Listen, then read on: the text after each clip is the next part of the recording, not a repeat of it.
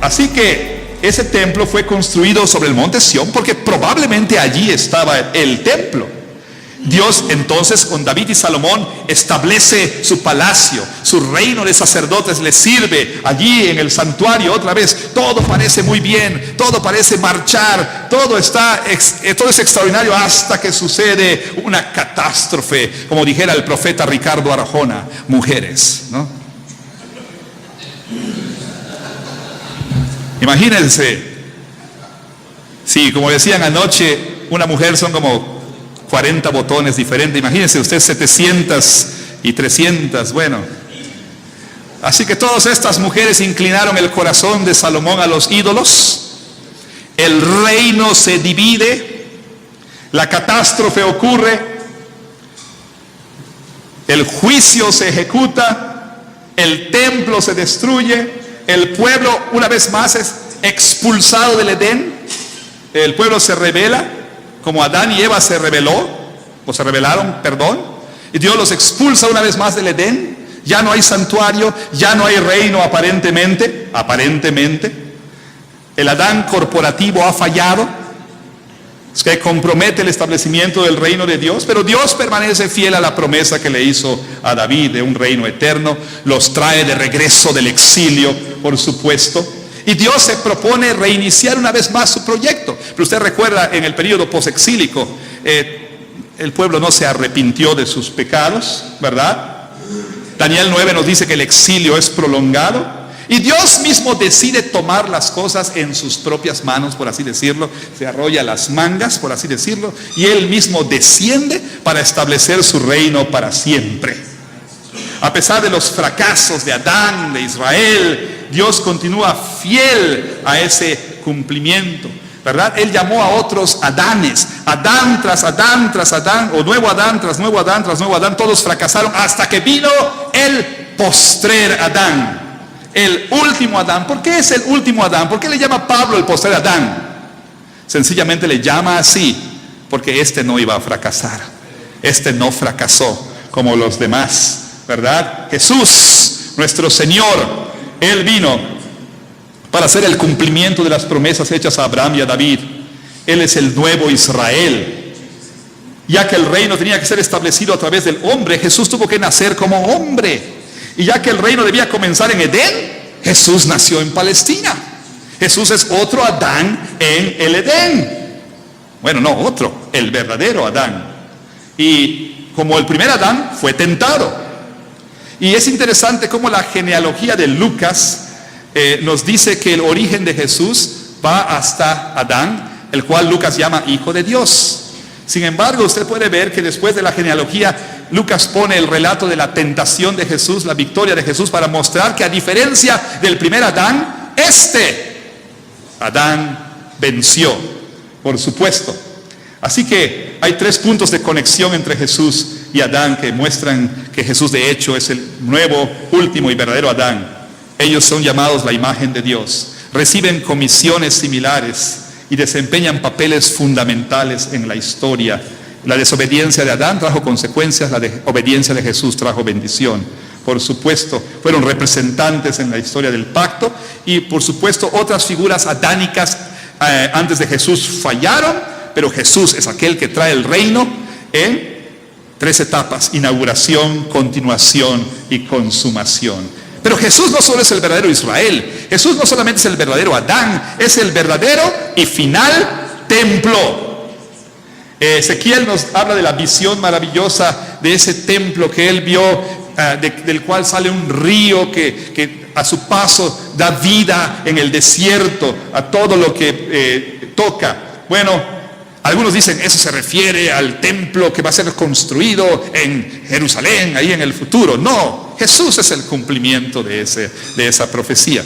Algo maravilloso es que, si usted recuerda su lectura de Génesis, nos dice que el río de Dios descendía desde el cielo y se dividía en 4 brazos para irrigar toda la tierra. O sea, del santuario fluía agua para irrigar toda la tierra. Cuando Jesús viene, bueno, Jesús dice: yo soy el templo. Y él le dijo a la samaritana: yo te voy a dar agua de vida. Y en Juan 7 dice: el que tenga sed, venga a mí y beba. Él es el que da el agua de vida. Él es el templo del que hablaba Ezequiel. Jesús, como Adán, tenía la responsabilidad de establecer y expandir el templo, y así lo hizo Jesús. ¿Cómo lo hizo Jesús? Le dice a sus discípulos después de su resurrección: vengan a Jerusalén, esperen en Jerusalén, quédense en Jerusalén hasta la venida de la promesa. ¿Por qué? ¿Por qué? Porque Jesús, como el verdadero Adán, estaba haciendo lo que Adán no pudo hacer: construir el templo y expandirlo. Llama a los apóstoles y les dice: esperen aquí. Algo sucede en Pentecostés, ustedes saben, ¿verdad? Las lenguas descienden sobre los que estaban allí. ¿Y esas lenguas qué significaban? Bueno, usted sabe, como la nube de gloria reposaba sobre el tabernáculo y luego sobre el templo de Salomón cuando fue dedicado, como la gloria de Dios llenó. Esas lenguas de fuego estaban señalando que Jesús estaba inaugurando un nuevo templo. Y este nuevo templo era la iglesia. Y Jesús comisiona a este nuevo templo, a este nuevo santuario, para expandirlo. Dios movió su presencia del templo de piedra a la iglesia, la cual viene a ser el nuevo templo, por supuesto. En Jerusalén, en Pentecostés, esto es significativo. El templo está de regreso en Edén y está a punto de ser expandido. Jesús les dice: me serán testigos comenzando en Jerusalén hasta lo último de la tierra. Bien, este nuevo templo, este nuevo Israel, este nuevo Adán, la iglesia, voy rapidito aquí, la nueva humanidad, el nuevo Israel, el nuevo templo de Jesús está ahora expandiendo. También hay algo importante que debemos notar allí que sucedió en Pentecostés. Es una reversión de lo que sucedió en Babel. ¿Se acuerda usted? En Babel las lenguas se confunden y las naciones se dispersan. Pero en el día de Pentecostés, si usted lee con cuidado lo que dice Lucas en Hechos 2 y lo compara con lo que dice Génesis en Génesis 10, podrá usted ver que ese día en Jerusalén, cuando descendió el Espíritu Santo, había representantes de esas naciones que fueron esparcidas en Babel. O sea, ¿qué es lo que ocurre allí? Como dice aquí Michael Williams, en Pentecostés Dios viene a bendecir y esparcir una nueva tribu. En Babel ellos querían forzar a Dios a bendecir su proyecto. Pero ahora Dios reúne a estas naciones que hablaban diferentes lenguas, todas oyen el evangelio en su lengua, para revertir la tragedia que hubo en Babel. Y ahora estos van a llevar el mensaje a todas las naciones del mundo. Por supuesto, cuando Jesús comenzó su reino, era un reino patético. 12 hombres, y uno le salió malo, ¿no? Y terminó en una cruz. ¿Qué reino? Pero ¿dónde está el reino de nuestro Señor Jesús ahora? ¿Dónde está? En toda la tierra. Y millones le dan su lealtad, mis hermanos. Entonces los que pertenecen a Jesús, nosotros tenemos el mismo llamado que Adán, que Noé, que Abraham, que Moisés, que David y por supuesto que los apóstoles. Es el llamado de construir el reino de Dios a la tierra. Voy a concluir, me da 2 minutos. Con eso estoy concluyendo. Es el llamado que tiene la iglesia hoy.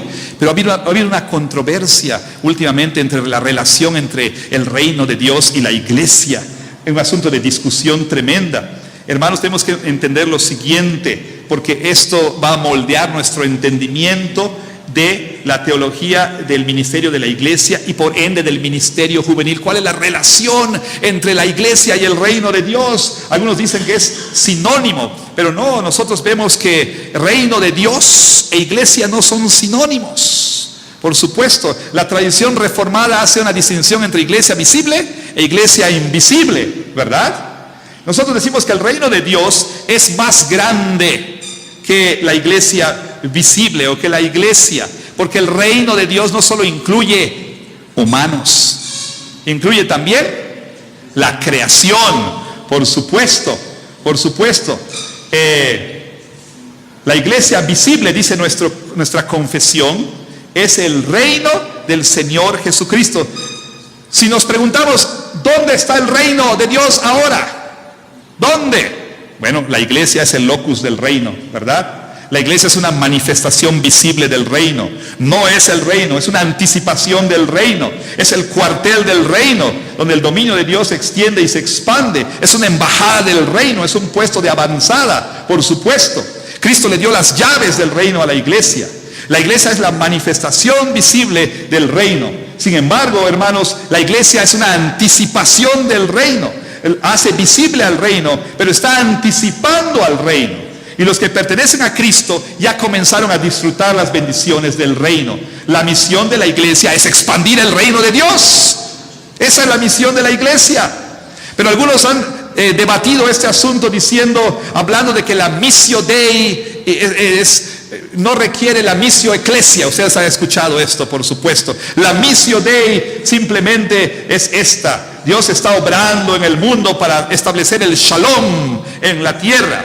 Y dicen los proponentes de esta idea que Dios va a lograr su misión ¿cómo? Sin la iglesia. La iglesia, si quiere, se puede unir a Dios, como quiero ilustrar aquí. Dios está obrando y la iglesia, si quiere, pues se une a Dios, ¿no? Dios ya está obrando por allí, la iglesia tiene que, si quiere, unirse. Pero nosotros decimos que la iglesia es central para la missio Dei. No puede haber reino sin iglesia. La missio Dei no puede ser completada sin la missio Ecclesia. Dios trae su reino a la tierra a través de la iglesia. Bueno, hermanos, ¿para qué creó Dios la iglesia? Para ser su agente misionero, para extender el reino de Cristo, para cumplir estos mandatos que Dios ha dado a la iglesia. Es el mismo que Dios le dio a Adán, construir su reino en la tierra. Y esto nos va a servir en la tarde, hermanos, como cimiento. Es un recordatorio para algunos de ustedes. Yo sé que saben esto, pero le digo una cosa: si nosotros queremos construir un ministerio juvenil sólido o más sólido, esta teología bíblica del reino nos tiene que servir como cimiento y nos debe servir como orientación. Más adelante le voy a mostrar un modelo entonces que podemos usar para implementar nuestro ministerio a los jóvenes en la iglesia. Un modelo que tiene como cimiento esta teología, sobre el cual vamos a poner 3 pilares que nos van a servir para guiar a los jóvenes a abrazar el llamado de Dios para ellos, el cual es construir su reino en la tierra. Muchas gracias por su atención.